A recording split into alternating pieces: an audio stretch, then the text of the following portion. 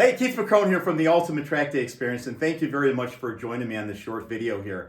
Now, a couple things I want to get out of the way right away before I actually get to my lesson that I'm going to be covering you here on this board is one, I want to cover the emails that have come in over the last couple of weeks. I want to make sure I address those and answer any questions that anybody had. And also I want to kind of share with you what's coming on down the road. So first of all, the emails that have come in. So how did everything go at Road Atlanta?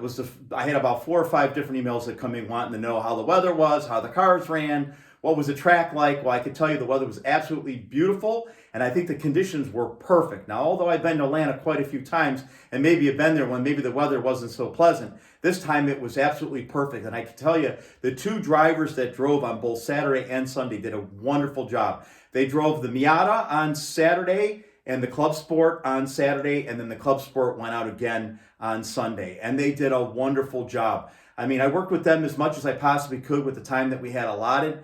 I spent minimal time, I say, going over video and data. If we did that, they definitely could enhance themselves even more. But for the time that they had on the track, they did a wonderful job. I could tell you there was a little bit of a camaraderie that was kind of going on, a little bit of battle, if you will, which I think is a lot of fun.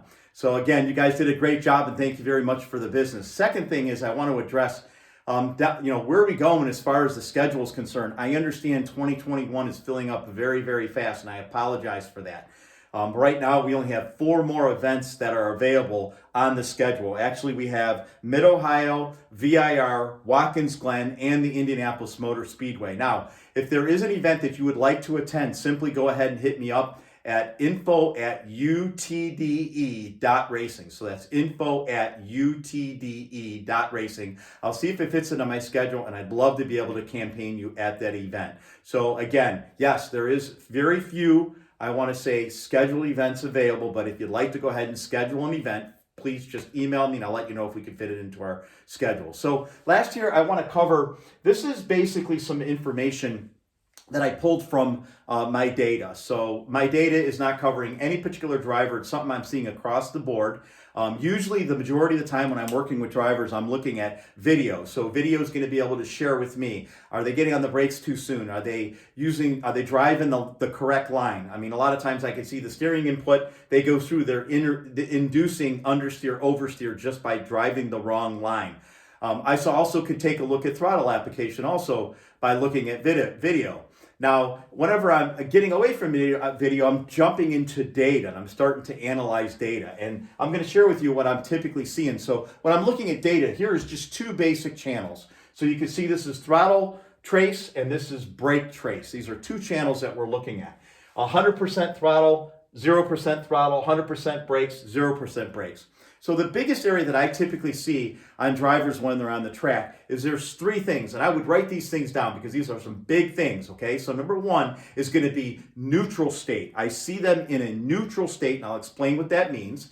The second thing is going to be they have poor brake application, okay? And then also they have poor throttle application.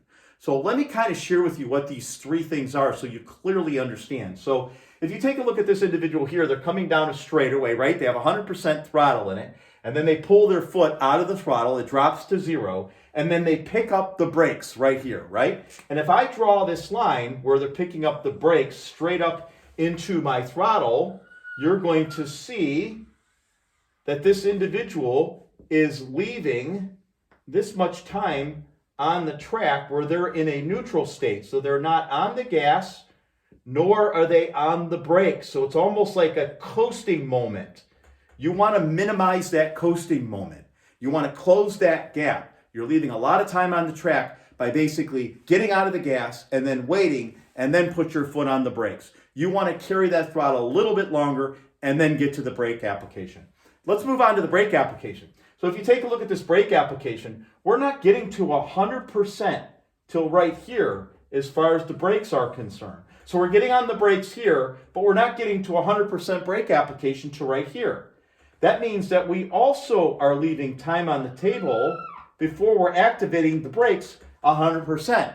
The goal is that once you get out of the throttle, we want to immediately pick up the brakes, and we'd like to see 100% a little bit closer to where you first apply the brakes. So we're getting on the brakes really, really hard, and we're shooting up to 100% brake application, and then it's kind of rolling off. until we get into the corner, if we call it trail braking. So now let's talk a little bit about once you get off the brakes and you get back to the gas. So throttle application. We're almost seeing the exact same thing here. This is where we're getting off of the brakes, right? So we're getting off of the brakes right here. And then we're getting back to the throttle right here.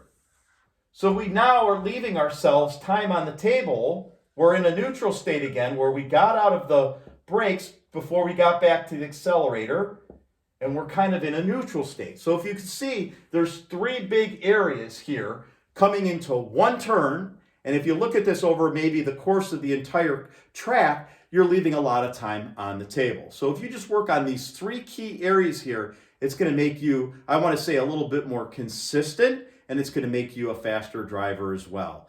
Again, I want to say thank you very much for joining me on this UTDE video. And if you have any questions, you can go ahead and get a hold of us at info@utde.racing. Again, thank you very much for joining me.